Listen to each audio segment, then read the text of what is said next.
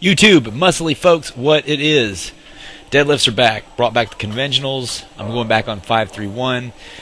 Just doing what I'm used to because I want to be able to play basketball and stuff and not break myself.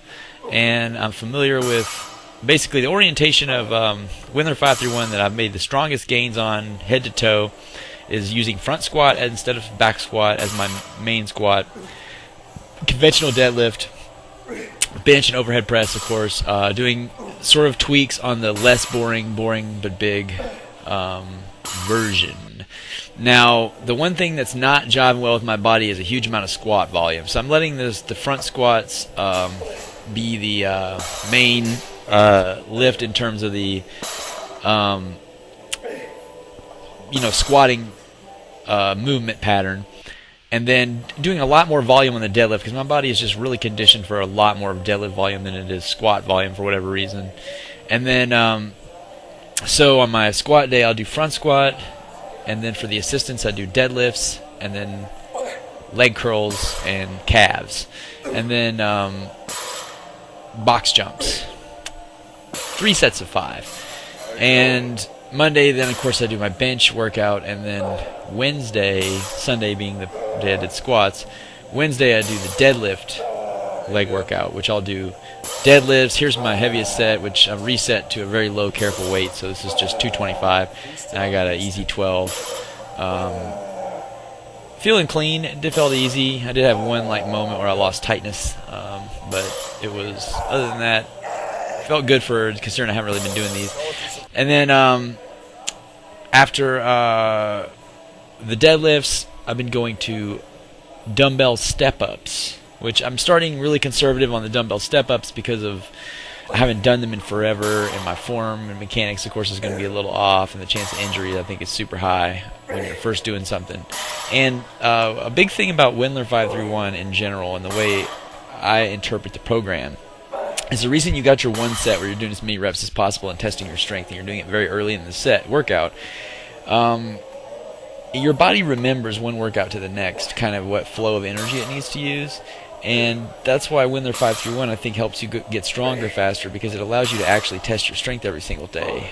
And your assistance is not supposed to be what you dread about your workout when you look back on it. So it needs to be easy enough to not dread it, but it needs to be hard enough to be considered work, So therefore, for me, I think working on skills a little bit more, skills that are actually, difficult and create muscle, which this one will be. I just now began doing these.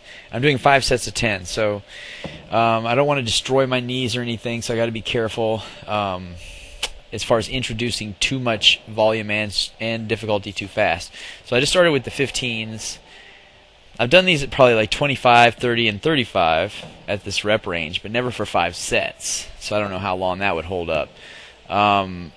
Also, you notice I'm missing, I'm not even getting my heel on there. You're supposed to push through your heel on a couple of these just because, the mechanic of actually stepping up. I'm trying to do this in a machine pattern, rather than just doing each step like a feat. I'm trying to develop this into a conditioned thing that I can just come in here and hammer them out like a robot and just increase the weight on there. In order to do that, I got to really master it at a weight that I can 100% get all the reps clean.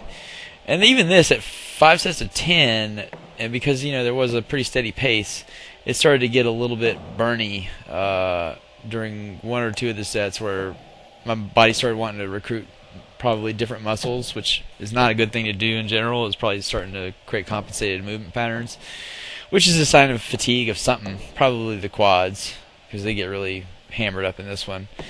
It's funny how few of these boxes I could actually get that would not force my hamstrings to be so extended that it was too tall of a box. But a lot of people do these too short of a box, I think. You should probably just do them to parallel at least, so it's like squatting. And then basically just look at it as a sort of a... I guess on a level it is the squat. It just lacks the both leg component and the sort of loading of the hamstring part. I guess it happens on the step down, but. And there's an explosiveness element to this. It really is kind of like a bench press for the one leg when you get heavy on it, but considering you can see this is just like, this amounts to an enormous total number of reps. So you just have to respect that at first. Just because in my opinion, that's the kind of stuff that flares you up with tendonitis or pulls something, is too rapidly of an accumulation of volume of something right away. And I think that's much bigger of a problem in trained athletic people than it is in typical new exercisers. Like, new exercisers, of course, are going to have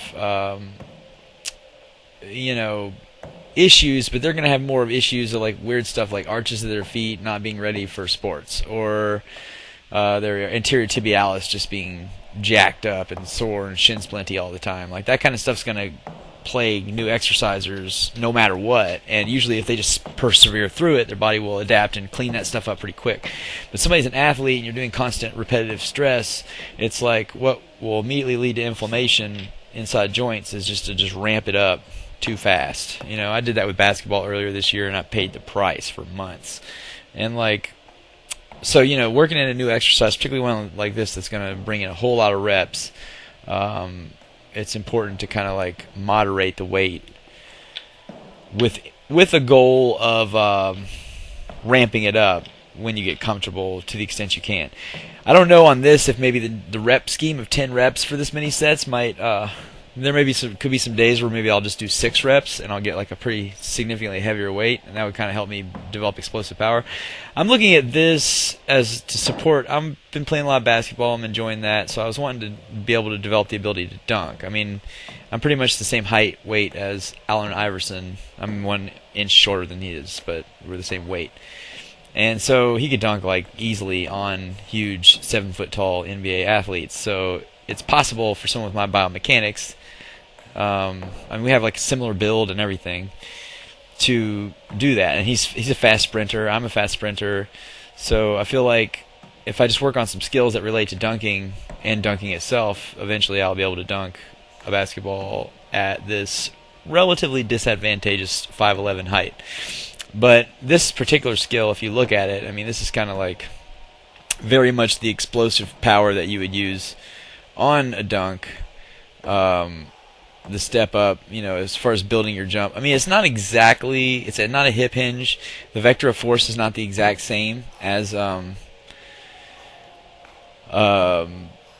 jumping, but just developing that one leg strength so that you can come off the one leg is really the goal of it. And this has to replace a squatting movement in the programming anyway. So now here I'm just digging around using these ring dips to try and figure out some kind of hanging leg raise I could do on it. It was not happening at this point because I was a little concerned I would snap my shoulders off, so I wasn't really like committing to it too hard. But jump back on the hanging leg raises now. I feel like I got my tendons and all this are handling it, but I couldn't do as many reps. My grip strength had really fallen off from probably a lot of the things I was avoiding to try and let my tendons heal up. And that's fine. I'll rebuild my grip strength quick, and it'll be even better because I won't have screaming in pain tendons all over the place, making me want to put the weight down. So and luckily I didn't really feel too rattled in my tendons at all today, especially considering I hung deadlifts. You're talking about hanging the weight off that tendon. That is very heavy. And then here I am hanging my body weight off it for long periods of time. This workout, also the dumbbell step-ups, is some more time spent, pretty significant time spent with just gripping something in my hand. And that was kind of the tendon that was jacked up the most in my right elbow. And while it hums a little on certain days still, that's like, it and my right shoulder can still hum a little on days like, and usually when they do, that's kind of when I know it's like clock's ticking on either activity, or I need to get some more food before I do more activity, so that the food will kind of catch me up on my recovery, so then I found like if I'm doing, let's say I'm playing a basketball game, I'm running 30 minutes and I'm doing weights, and I do like, say, the cardio and weights first, and then I go home for a minute and eat, and then I go play basketball, I'm fine. If I do all 3 in a row and I eat later, I'm liable to snap something up. I don't know. I feel like once you've done that much activity, you've drained so much glycogen out of your body that you need to refill it in some way. Like you just have to, unless you got a lot of body fat, really got to refill it right away to sort of have the fuel there to not like snap yourself all to bits. Now, I wasn't getting my full number of reps on these. Like normally I would get 5 sets of 10 clean, and now it's more like 3 sets of 10, 2 sets of 7. That's all I could get. But I wasn't pressuring myself to get more than that right now because, right now I'm glad I'm able to go back to a tough workout like this and make it through the whole workout. So I'm not going to grind extra reps on this when I have that tendon issue that could come back, flaring back at me and all this. I'm just going to accumulate slow, and then hopefully in 2 and 3 weeks I'll be able to hit my clean 10s. Because I'll have, my muscle memory will rediscover all of these exercises. Like I haven't done this one probably 3 months. I hadn't done conventional deadlifts maybe in 4 or 5 months because I'd been doing sumos, and then I had that 3-week break from compound leg movements at all. So like, a lot of these I'm having to completely relearn in a certain sense. Now the box jumps are getting, considering I had a recovery week last week and hadn't done them for 3 weeks before that, they're getting really easy. To a degree I didn't expect. Like today, the 30-inch box, I did 2 sets of 3 on it, and it was just easy. It was like guaranteed I was going to get it up there. No nervousness. I mean, obviously the lack of nervousness can get you on this freaking giant box, and you walk away with some skinned up shins. Nice. I respected it, definitely, but I didn't have to take a long break between them. I just like kind of hammered them out like immediately after each other. Before when I would do a set of 3 of these, I had to like sit there and focus and everything and like bring the world to a still before I could do each of them. And now it's kind of like, I can get my body calmed down for it quick. And then my landings I felt like were even pretty soft. I mean, they were just like, they weren't quiet. I haven't figured out how to get quiet with them, but they were. There wasn't too much spring back. It wasn't throwing the momentum anywhere. It was just kind of like landing. And that was a little surprising. I wasn't expecting this. Like here, this does not look like I'm doing a difficult box jump, really. Like, and that's the 30-incher. Now, I didn't want to play games with, so I was doing 5 sets of 3. I didn't want to play games with the 5th set on deadlift day. Because we're talking about a lot of impact on those knees between all those step ups and everything. So I just played it safe on the 5th set, because the 4th set I remember like the 2nd or 3rd rep, while it felt easy, it did feel like, man, this is making me tired. Like having to exert this level of explosiveness is making my muscles ache at this point after all the other stuff. So then we just kind of tightened up the calves a little bit. Hit the donkey calves. The donkey. I like the donkey a little better than any of the standing alternatives, because I don't want my back. I've already done deadlifts. We don't need to turn this into spine day.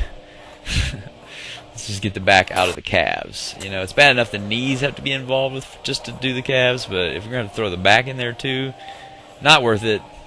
Like, comment, and subscribe, y'all. I sure do appreciate every last bit of your time. Peace.